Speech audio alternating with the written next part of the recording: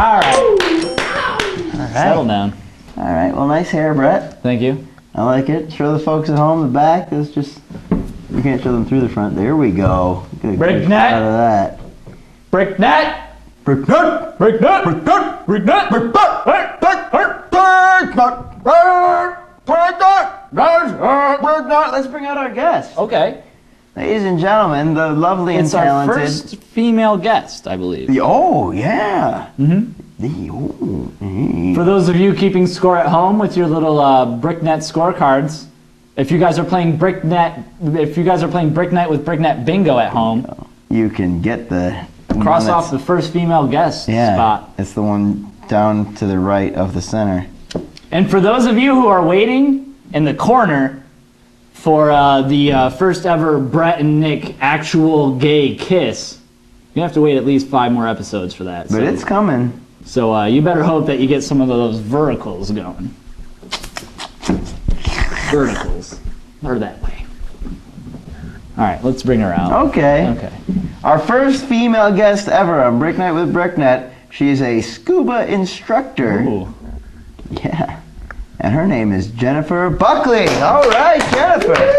Come on, J Buck. Hey. J Buck. Hi. Hi. Hi. Thanks. Have a seat. Thanks.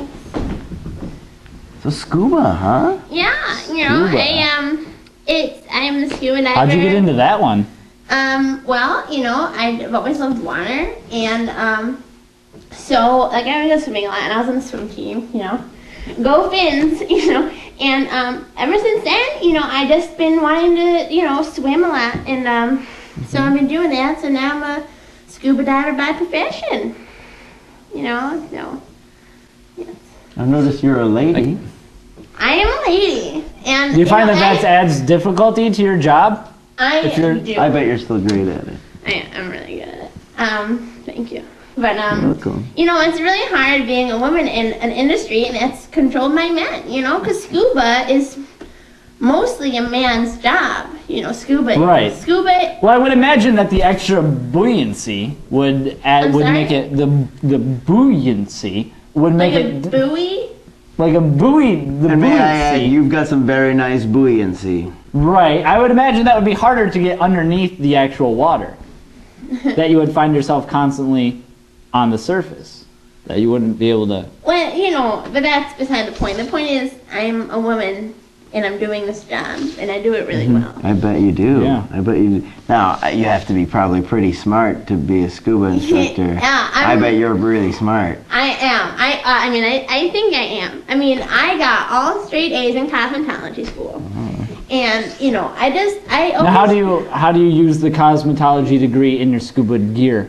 Oh diving? my god, like cosmetology is all about colors, and when you go underwater, all you see is like crazy colors, you know? Like that's where like the first rainbow like ever was like fish. Yeah. You know, because there's so many different colors, you know?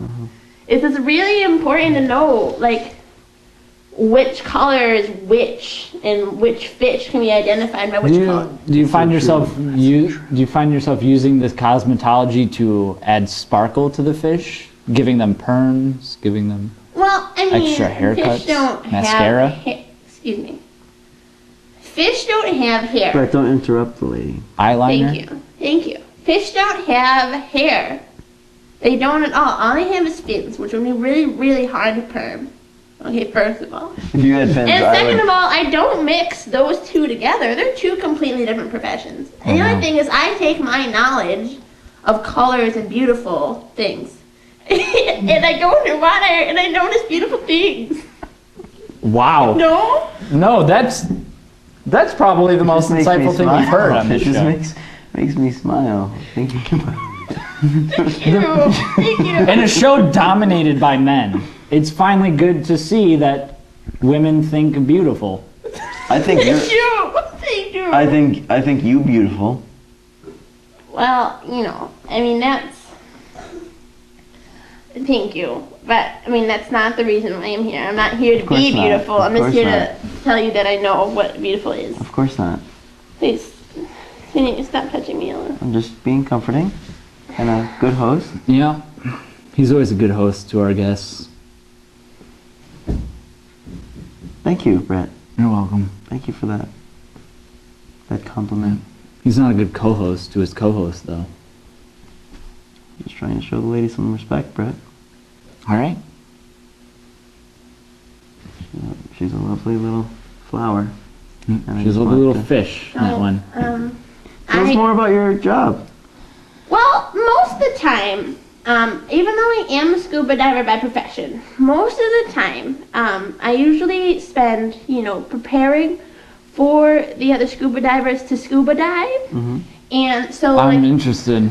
So, I prepare things like snickerdoodles and other things, and I, help people. Do you eat those under the water, or would they get... I would imagine that they No. get soggy under the water. No. These are special snickerdoodles. They're special snickerdoodles.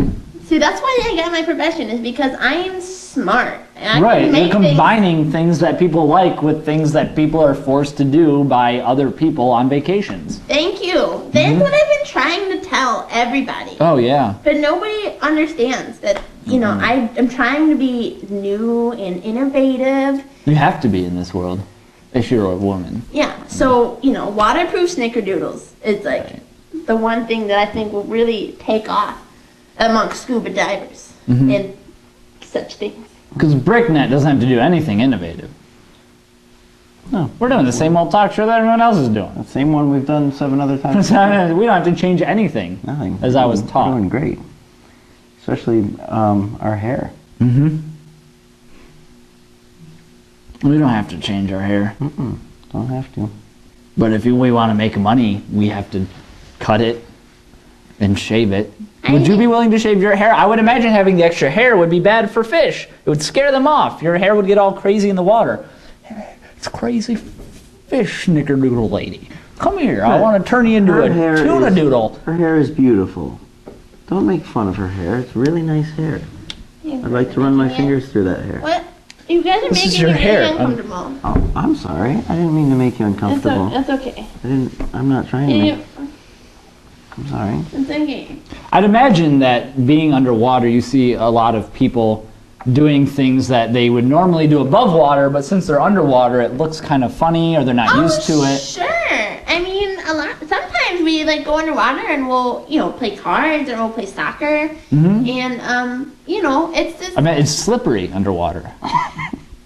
I'd imagine. So playing soccer, you probably got a lot of people falling down.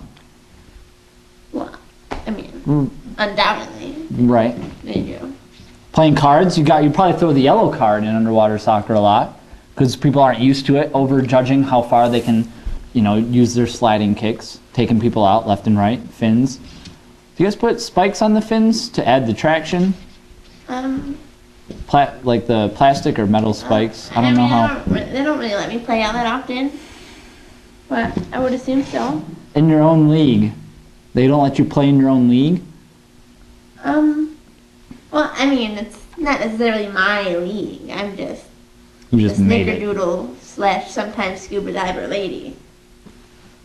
Oh, so it's not even your company then. Well, I mean, I play a big part in it, okay? Like, as a woman, I'd imagine. I've moved my way up so much. Like, when I first started, they wouldn't even let me, dress up in the suit, in the wetsuit. What's your wetsuit look like? I'd imagine it's not just a classic black or blue. It's skin colored, and oh wow. And so basically, it just it just fits. It just fits me, and it's really tight. But I don't really even get to go in the water all that often. I just get to wear the wetsuit. I'm sorry, were you just making a face? Because I can see. I have peripheral vision. I'm just admiring your beauty. You want to go grab some dinner? Maybe, but can we finish the show first? Oh, yeah.